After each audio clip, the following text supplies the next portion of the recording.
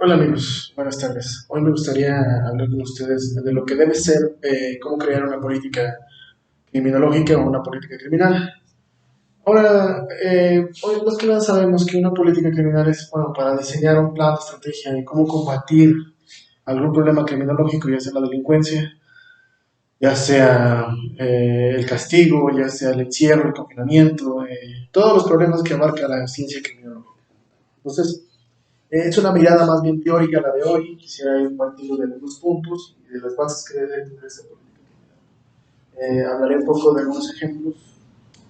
Podrán dar cuenta de cómo poder tomarlos como referencia para construir una política criminal que sea efectiva, una política que nos ayude a combatir de manera efectiva, ¿no?, un problema criminal, un problema criminológico. En este caso, bueno, México pues tiene varios problemas criminológicos serios, ¿no? Hoy en día, bueno, es una materia que también llevamos estudiando criminología, problemas criminológicos en México, ¿no? Y podemos ver varios, ¿no? El más ejemplar, con el que hemos vivido varios años, pues, es el problema del narcotráfico y del crimen organizado, es uno de los problemas.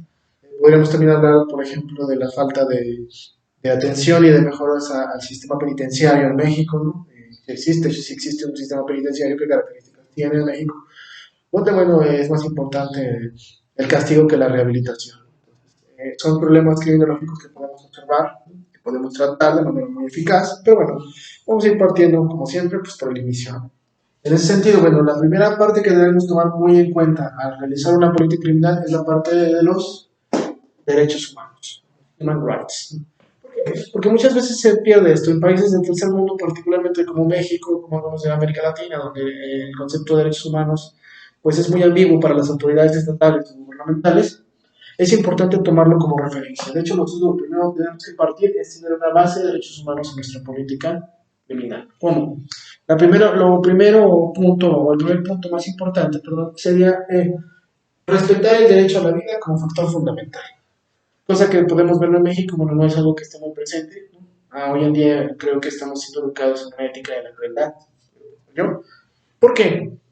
La gente está socializando y está ritualizando la violencia como algo cotidiano de todos los días, algo típico y algo cotidiano, y eso es malo.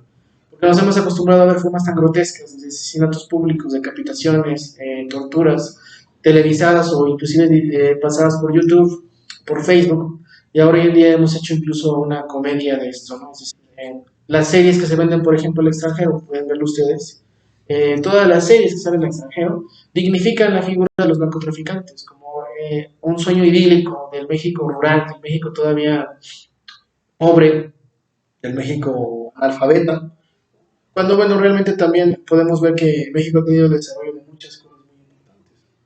Es decir, cada vez más jóvenes como ustedes y como los que están escuchando en la audiencia se preparan para ser mucho mejores. Entonces, creo que también tenemos cosas positivas que debemos tomar en cuenta.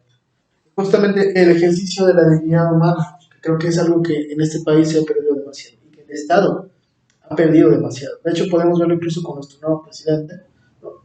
Esta frase que se le caracterizó cuando llegó a la presidencia, de abrazos, no balazos, ¿no? Pero ¿qué implica la dimensión de esta frase? ¿No?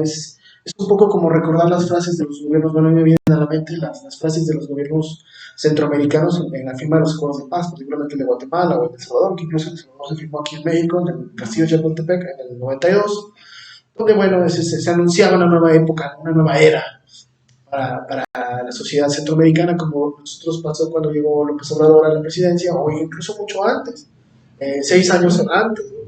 Con Enrique Peña Nieto, en 2012 al 2018 la presidencia, prometiendo, ¿no?, que iba a disminuir los índices de violencia y de marginación que, bueno, el sexenio anterior de Felipe Calderón, 2006-2012, había abierto. Los ríos, como menciona en un texto Anabel Hernández, esta gran periodista, los ríos de sangre, el gobierno de Calderón. Y pues bueno, muy trágica la frase, muy contundente, pero creo que efectivamente una de las pocas mujeres que he podido ver eso en el sentido periodístico ha sido Anabel Hernández. Creo que es una de las mejores en su profesión. Y entonces, bueno, creo que nos ha puesto el problema sobre la mesa, nos ha puesto la dinámica sobre la mesa. Creo que, efectivamente, creo que esa sería la primera base, respetar el derecho a la vida como factor fundamental. En segundo término, creo que lo más importante, fortalecer el compromiso y la voluntad de toda sociedad en defensa de la dignidad humana. Creo que eso es lo que debe ser lo más fundamental en este tipo de casos, la dignidad humana, que es lo que justamente comentaba yo al inicio que estamos perdiendo. Hoy en día no somos capaces de juzgar la dignidad humana y de defenderla, porque lo vemos como algo cotidiano cuando alguien la pisotea, ¿no? Es decir, estas ejecuciones que les digo, ayer justamente creo Guatier, mataron a un comandante de la policía, lo acribillaron. Es trágico, pero es como las miles de personas que mueren todos los días, ¿no? Que nosotros leemos, ¿no? Por las cuales leemos en los periódicos, ¿no? Y podemos verlo, ¿no? Muertes violentas. Entonces, ¿qué quiere decir? Pero para nosotros ya es algo normal. Y ese es el problema. Hemos normalizado la violencia, ya no sabemos cómo enfrentarla de una manera objetiva, de una manera estratégica, pero sobre todo buscando minimizar. El Estado mexicano es incapaz de detener esta violencia, que incluso hoy en día con el coronavirus no ha bajado, es decir, la violencia al contrario ha aumentado, porque los espacios de poder ahora son más, es decir, el efecto de Hidra de combatir a los cárteles de la droga y a los grupos del crimen organizado, lo que hizo fue desatar nuevos grupos, ¿no? Despertar a las bestias, ¿no? Como dice un poco la frase, estos nuevos Frankenstein, que el mismo Estado mexicano creó y que hoy en día no nos puede contener, ¿no? Que ha sido la necesaria intervención desde el 2006 hasta la fecha del Ejército, la Marina, la Fuerza Aérea y la Policía Federal, que en su momento también llevó a cabo muchas acciones contundentes, ¿no? A pesar de muchas bajas también y de muchos muertos que tuvo esta gran corporación histórica, ¿no? Pero bueno, es algo muy ejemplar decirlo porque paradójicamente, al liberar la violencia general, desató también los poderes locales, ¿no? Y por tanto las formas de extorsión locales. Secuestro, derecho de piso, etcétera, etcétera, desapariciones forzadas, ¿no? Feminicidios, ¿no? Etcétera, etcétera. Todo es una espiral de violencia derivado justamente. Todas estas violencias locales son derivadas de una espiral de violencia general, global, que abarca el Estado mexicano, que el Estado mexicano paradójicamente trató de combatirla con más violencia, y lo cual hasta la fecha hemos visto que no ha resultado.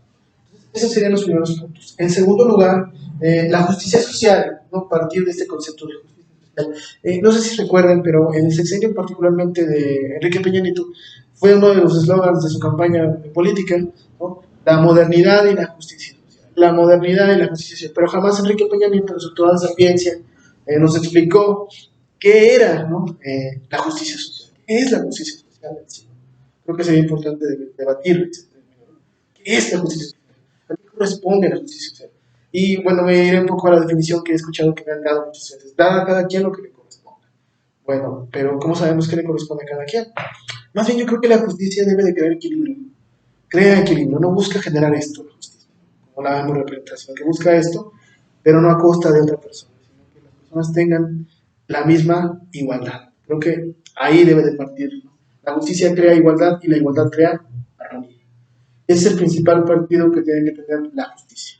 Entonces, hablar de justicia social nos lleva a la sociedad, el tejido social, que también lo mencionaba mucho este presidente, términos salidos de la academia, la justicia social, el tejido social.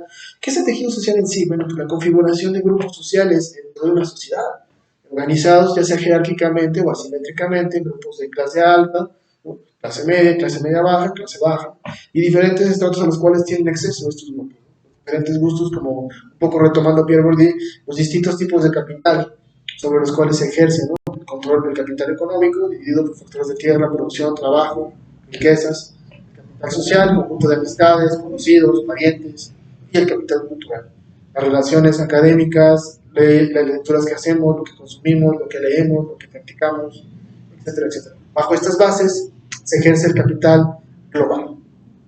Entonces, a partir de ahí, el capital global está dividido en cuestiones tan modernas como hoy en día las biotecnologías, el hedonismo, ¿no? Etcétera, etcétera, etcétera. Representan a los grupos sociales. Entonces, eso sería el concepto de justicia social. Número uno, incrementar la participación del Estado en políticas sociales.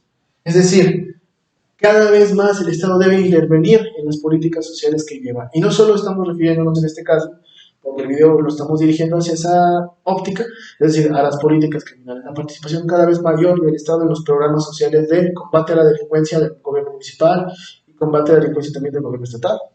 Hay que recordar que todos los planes se diseñan de acuerdo con una estrategia general. En este caso, al ser una república federal, cada estado tiene la libertad de decidir cómo va a proceder también a su fuero común y a sus delitos de fuero común, ¿no? Con una constitución pública estatal, ¿no? Y el municipio también, bueno, está delegado a otras funciones. Entonces, el organigrama municipal, estatal, federal, bueno, tiene que estar conjunto, o sea, la participación cada vez mayor de las tres de manera conjunta, pero sobre todo de manera que los tres puedan que engranar en una idea típica, en una idea que funcione para poder que modificar el juego que tienen al frente de ellos. Es como esto, es como un ajedrez. No podemos actuar simplemente con los peones, sino que necesitamos la coordinación de alfiles, peones y caballos para poder mover el tablero y así confrontar los movimientos de nuestro enemigo. Pero bueno, lo digo desde mi punto de experiencia, soy un fan del ajedrez, pero bueno, es un ejemplo para poder medir un poco la visión, es decir, representemos cada pieza, ¿no? Digamos que la sociedad se convierte en los peones, ¿no?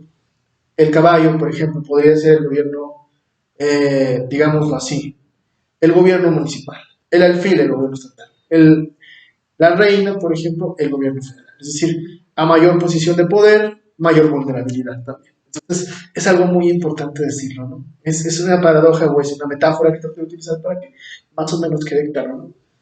Igual, lograr mayor accesibilidad, independencia, pero sobre todo imparcialidad en la administración de justicia, algo que de hecho el Estado mexicano no tiene. Es decir, estos tres factores son lo que realmente le falta, ¿no? Accesibilidad a la justicia. Este es un país que lamentablemente tiene acceso a la justicia el que tiene dinero. Es decir, está condicionada a una cuestión económica siempre. Entonces, al actuar con imparcialidad, no puede ser que cuando actuamos con imparcialidad favorezcamos a los que son los mayores protegidos, ¿no? A los mayores recursos, ¿no? Sino a los desprotegidos.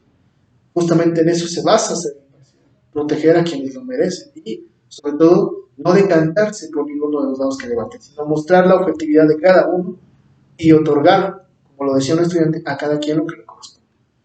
Esa es la visión que se debe tener. Lamentablemente, bueno, lo podemos ver aquí. La accesibilidad a la justicia es muy poca. Recuerdo yo una conversación que tuve con un ex militar centroamericano y él me decía que para lograr un equilibrio debe existir una variable de tres cosas: seguridad, justicia y desarrollo humano. Coincido con este personaje, ¿no? Bueno, actualmente me pertenece a la academia en Guatemala, pero bueno, un punto que yo considero que es muy importante lo que él dice es que la justicia debe ser igual para todos. Es decir, esa es una de las cuestiones. Y aquí podemos ver que la accesibilidad al medio de la justicia es muy limitada. Entonces, ese es el primer error que tienen las políticas criminológicas en México.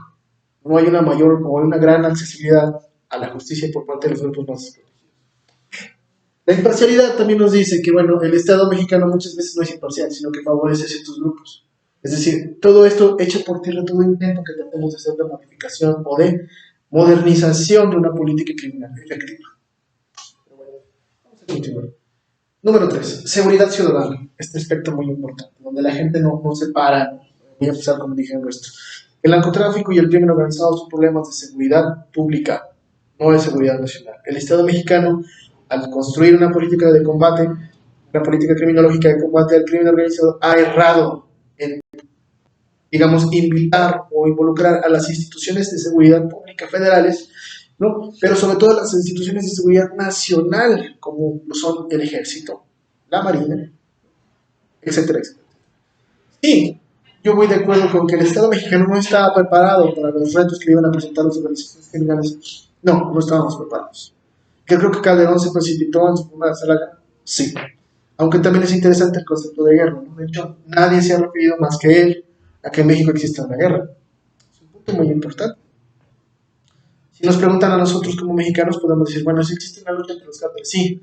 Y el Estado mexicano dirá otra cosa. El Estado mexicano va a decir que le está llevando una estrategia de combate generalizada al crimen organizado, ¿no? Más no justificará nunca la guerra. ¿Por qué? Porque al decir que está librando una guerra civil en contra de grupos criminales, le implicaría tener a fuerzas justamente como de la ONU, particularmente las Naciones, que velen justamente por estos dos principios, o sea, el respeto al derecho a la vida como factor fundamental y la procuración de la dignidad humana. Entonces, el Estado mexicano jamás aceptará esto. Y un ejemplo típico es el caso de Chiapas, es decir, el STLN. El STLN jamás ha sido reconocido como una guerrilla, el STLN jamás ha sido reconocido como un grupo beligerante contra el Estado mexicano, sino que se ha considerado como un grupo criminal y conformado por extranjeros, ¿no? Que son ajenos al territorio y a la ciudadanía nacional. Entonces, esa fue la base para combatirlos. Jamás se reconoció que hubiera una guerrilla en México o un problema de seguridad interna o un conflicto armado interno. Cosa que sí pasó, por ejemplo, en Guatemala, El Salvador, Nicaragua, etcétera, etcétera, etcétera, otros países de América Latina. Pongo el ejemplo de los países centroamericanos, que fueron los más duros en cuanto a las guerras civiles que tuvieron de la década de 1960 a la década de 1990 del siglo pasado. Pero es un ejemplo muy interesante. En el caso de México, ha sido una mala coordinación. Sí había que intervenir que intervinieran las instituciones de seguridad nacional, pero con todo un tiempo especificado. Hacía falta planificar más, ver los recursos, la disponibilidad. El problema es que Calderón atacó a estos grupos con un aparato estatal y un aparato judicial podridos, en decadencia ineficaces. Perdón, e ineficaces. Entonces, realmente, al presentarse estas amenazas de estos grupos, lo único que tuvo el efecto de combatirlos directamente con organizaciones militares fue que incluso las mismas organizaciones criminales se paramilitarizaran y intervinieran otros grupos tan peligrosos como otros cárteles, ¿no? Por ejemplo el cártel de los Zetas, que intervino, ¿no? Como brazo armado del cártel del Golfo, que posteriormente se independizó y que entró al juego como un nuevo actor emergente, el cual se posicionó por medio del miedo, la violencia, la intimidación y el terror, pudo posicionarse como la fuerza dominante por lo menos unos años, de 2008 a 2011, 2012, ¿no? Que fueron la fuerza dominante del narcotráfico, ¿no? Nosotros lo vimos aquí con entonces, el Estado mexicano fue el que paradójicamente en el intento de combatirlos, lo único que hizo fue que revolver el avispero, es decir, echarle gasolina al fuego. Y es lo que mencionan algunos académicos como Joan Grillo, como la explosión criminal a gran escala. En ese sentido, lo ideal sería fortalecer los mecanismos de control social, sobre todo en la seguridad humana, pero también el desarrollo de acciones convincentes en materia de seguridad. Justamente los ejemplos que acabamos de decir son todo lo contrario. No hubo una acción convincente ni contingente en el sentido de la seguridad, sino más bien todo lo contrario, y también no se fortalecieron los mecanismos de control social. ¿Por qué decimos esto? Porque realmente cuando se atacó a estos grupos se hizo con una policía municipal en decadencia, llena de corrupción, incluso, ¿no? Y un fracaso, ¿no? Literalmente, bueno, se hizo sin modificar nada, sino que se lanzó a las fuerzas militares, ¿no?